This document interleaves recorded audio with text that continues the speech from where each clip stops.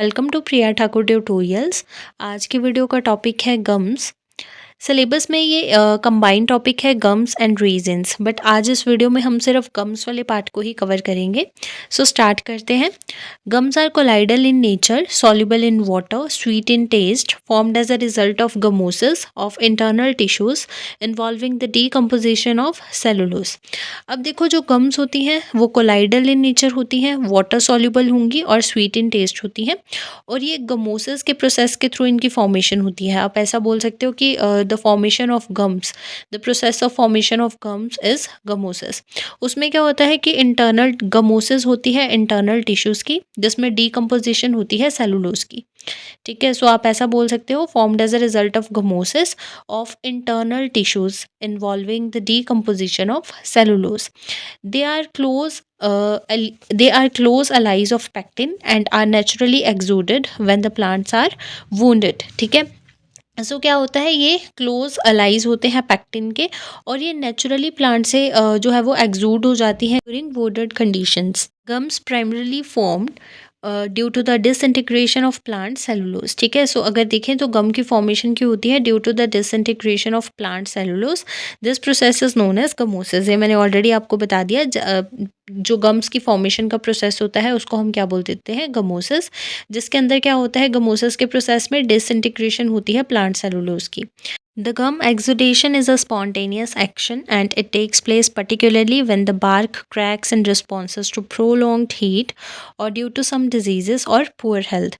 So क्या होता है, जो गम्स जैसे प्लांट से जो गम्स निकलती हैं, ट्रीज से जो गम्स एक्सुडेट होती है, तो वो एक स्पॉन्टेनियस एक्शन है, और ये तभी होता है जब जो ट्रीज हैं वो वोंडेड कंडीशंस में होते हैं। ठीक है, उनकी बार्क्स में कोई क्रैक्स आ जाते हैं इन कंडीशंस की वजह से, या फिर ट्री की पुअर हेल्थ या फिर डिजीज्ड कंडीशन में जो है वो गम एक्सुडेट होती है ट्रीज से। Large quantities of gum is generally exuded after a long dry hot season and this is more in diseased और अनहेल्दी ट्रीज। तो क्या होता है, बहुत ही ज़्यादा क्वांटिटी में जो गम है वो एक्सुड करती है ट्रीज से जब लॉन्ग ड्राई हॉट सीजन होता है उस टाइम पे, और जब ट्रीज जो है वो अनहेल्दी कंडीशंस में होते हैं, डिजीज्ड होते हैं। Forest fibres are also followed with large exudations. ठीक है, सॉरी, जो फॉरेस्ट फायर्स होती हैं उस टाइम पीरियड पे भी जो ट्रीज हैं वो लार्ज क्वांटिटी में जो है वो गम एक्सुडेट करते हैं। गम्स कंसिस्ट ऑफ पॉलीसेकेराइड्स और देयर डेरिवेशंस। अब जो गम्स होती हैं उसके अंदर पॉलीसेकेराइड्स होंगे या फिर उनकी डेरिवेशंस प्रेजेंट होती हैं। Gums are mostly soluble in water, ये मैंने आपको स्टार्टिंग में क्लियर किया था। Even if some gums are not soluble, they can at least become soft and swollen when mixed with the water. So maximum of gums जो हैं वो water soluble ही होती हैं। अगर वो कुछ एक गम्स जो हैं वो नहीं होती हैं वाटर में सॉल्युबल, तो जब हम उनको वाटर में डिप करते हैं तो वो एटलीस्ट मतलब थोड़ा स्वोलन शो कर देती हैं, थोड़ी फूल जाएंगी, सॉफ्ट हो जाएंगी। ठीक है, सो ऐसी कंडीशन में वो हमें मिल जाएंगी अगर वो कम्प्लीटली वाटर सॉल्युबल नहीं भी होंगी। However, they are insoluble in alcohol and other organic solvents or oils। So जो गम्स होती हैं वो सिर्फ वाटर सॉल्युबल ही होती हैं, तो वो इनसॉल्युबल होंगी for in other organic solvents में। ठीक है, on heating gums decompose completely without melting and they tend to become a char. ठीक है, तो क्या होता है, जब हम गम्स को हीट करते हैं, ठीक है, वो कम्प्लीटली क्या हो जाती हैं, डिकम्पोज हो जाती हैं, वो मेल्ट नहीं होती हैं।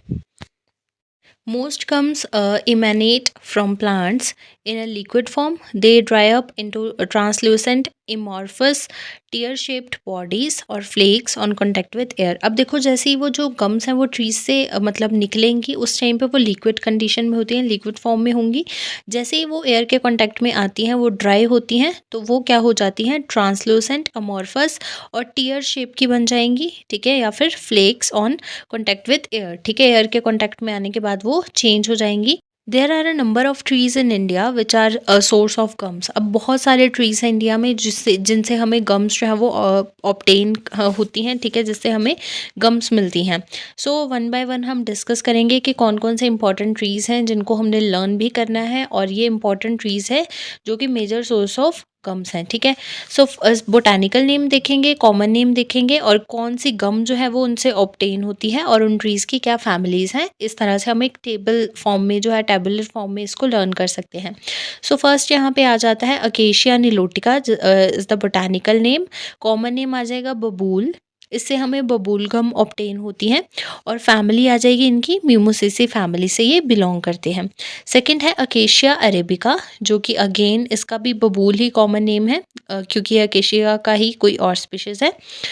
इससे हमें गम अरेबिक ऑब्टेन होती है और फैमिली अगेन म्यूमोसेसी।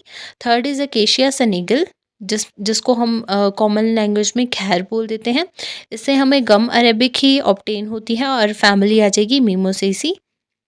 देन उसके बाद अकेशिया कटेचू, जिसको अगेन हम खैर बोलते हैं। नेक्स्ट जो आपका प्लांट है वो है एस्ट्रेलेगस गम्मीफेरा, ठीक है। इससे हमें इसको हम नॉर्मल कॉमन लैंग्वेज में बोल देते हैं गम कराया।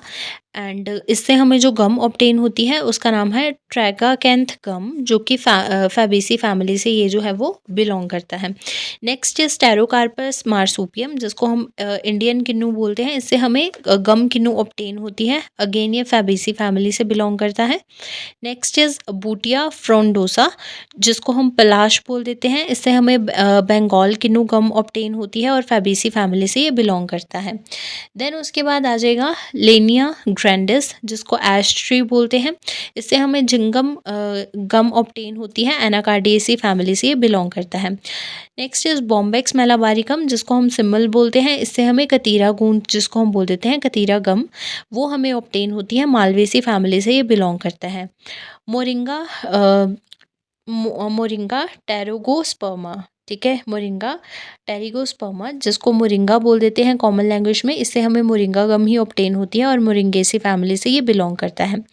नेक्स्ट इज बोसवेलिया सेरेटा, इसको हम सलाई बोलेंगे, सलाई गम इससे ऑब्टेन होती है। एंड बर्सीरा केसी फैमिली से ये बिलोंग करता है। नेक्स्ट इज एनोजेसस लेटिफोलिया, जिसको एक्सल वुड बोलते हैं, और धोरा गम इससे या फिर घट्टी गम इससे ऑब्टेन होती है और कॉम्ब्रिडेसी फैमिली से ये बिलोंग करता है। नेक्स्ट इज स्टर्क्यूलिया यूरेंस, जिसको कतीरा बोलते हैं अगेन। इससे हमें कतीरा गम ही ऑब्टेन होती है और मालवेसी फैमिली से ये बिलोंग करता है। नेक्स्ट इज बूटिया मोनोस्पर्मा, जिसको पलाश बोलेंगे, पलाश गम इससे ऑब्टेन होती है और फैबेसी फैमिली से बिलोंग करता है। नेक्स्ट इज सीबा पेंटेंड्रा, जिसको कपोक ट्री बोलते हैं, और मोखरास गम इससे ऑब्टेन होती है और मालवेसी फैमिली से बिलोंग करता है। देन उसके बाद आ जाएगा फिरोनिया लिमोनिया, जिसको वुड एप्पल बोल देते हैं। फिरोनिया गम इससे ऑब्टेन होती है, रूटेसी फैमिली से ये बिलोंग करता है। देन प्रोसोपिस स्पीशीज, इससे हमें मैस्किट ट्रीज को हम बोल देते हैं, और इससे मैस्किट गम ही है जो ऑब्टेन होती है और फैबेसी फैमिली से बिलोंग करता है। देन स्टायरेक्स बेंजोइन, जिससे हमें बेंजोइन गम ऑब्टेन होती है, स्टायरेकेसी फैमिली से बिलोंग करता है। देन यूकेलिप्टस ग्लोबुलस, जिसको सफ़ेदा बोलते हैं, इससे हमें ब्लू गम ऑब्टेन होती है और मार्टेसी फैमिली से ये बिलोंग करता है। नेक्स्ट अब हम डिस्कस करेंगे गम्स के क्या क्या यूजेस हैं, क्या क्या एप्लीकेशंस हैं। सो फर्स्ट आ जाएगी gums are widely used in the food industry for thickening as a thickening agents and emulsifiers and stabilisers. So gums जो हैं वो फूड इंडस्ट्रीज़ में यूज़ किए जाते हैं as a thickening agents, emulsifiers and stabilisers, ठीक है। Because they are considered inert substances, they are also used in diet products and medicine, ठीक है। सो जो गम्स होती हैं वो मेडिसिन में और डाइट प्रोडक्ट्स में भी यूज़ होती हैं due to they are considered inert substances. They disperse fat and proteins in dairy products, ठीक है। ये क्या करती हैं, फैट्स एंड प्रोटीन्स को डिस्पर्स करती हैं डेयरी प्रोडक्ट्स में। They prevent the formation of ice crystals in frozen products, ठीक है। तो जो गम्स होती हैं वो फ्रोजन प्रोडक्ट्स के अंदर प्रिवेंट करती हैं आइस फॉर्मेशन को, कि आइस के क्रिस्टल जो है वो ना बने। Gums improve the feel of food in the mouth, so जो गम्स हैं वो फूड की क्वालिटी को बोल सकते हो थोड़ा इम्प्रूव करने में भी हेल्प करती हैं। The gums provide thick and rich consistency in syrups and sauces. Gums prevent solid particles from settling out of suspension and aid in moisture retention in bakery products. So ये सारे uses हैं gums के, आप और भी uses इसमें mention कर सकते हो gums के जितने भी applications हैं।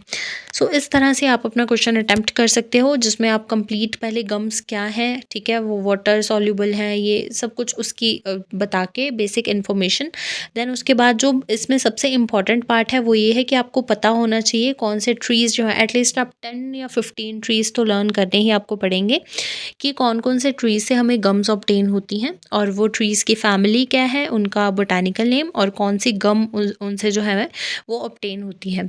देन उसके बाद आप यूजेस बता सकते हो गम्स के। सो इस तरह से आप अपने इस क्वेश्चन को अटेम्प्ट कर सकते हो। वैसे एग्जाम में ये इकट्ठा ही क्वेश्चन पूछा जाता है गम्स एंड रेजन्स का। सो इस वीडियो में हमने सिर्फ गम्स वाला पार्ट कवर किया है। अब नेक्स्ट वीडियो में हम अपना रेजिन वाला पार्ट कवर करेंगे, जिसमें हम रेजिन के बारे में कंप्लीट इन्फॉर्मेशन जो है वो उससे लेंगे। ठीक है, उसमें हम गम्स की रेजन्स की टाइप्स, उनके क्या क्या एप्लीकेशंस है, कौन से प्लांट से हमें रेजन्स ऑब्टेन होती हैं, सो वो सारी इन्फॉर्मेशन हम नेक्स्ट वीडियो में करेंगे।